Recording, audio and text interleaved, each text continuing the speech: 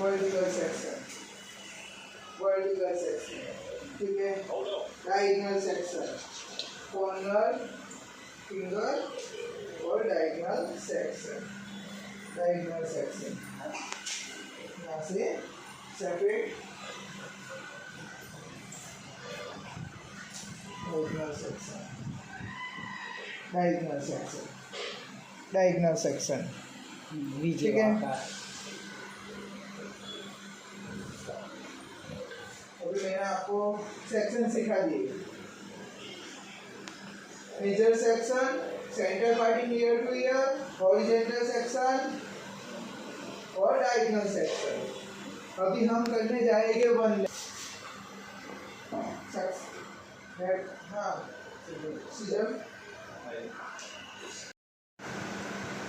0 degree, 0 degree से जुड़ी हुई होती है, इसे हम 0 डिग्री कहते हैं।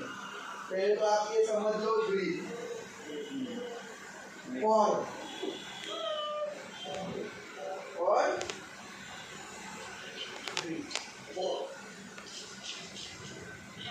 इसे हम कहते हैं क्लीन पॉट, होल, फॉर्म और ग्रिड, ठीक है।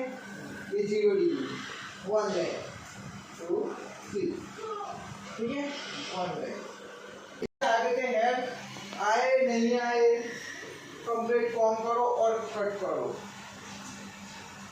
नहीं आते हेड तो छोड़ दो।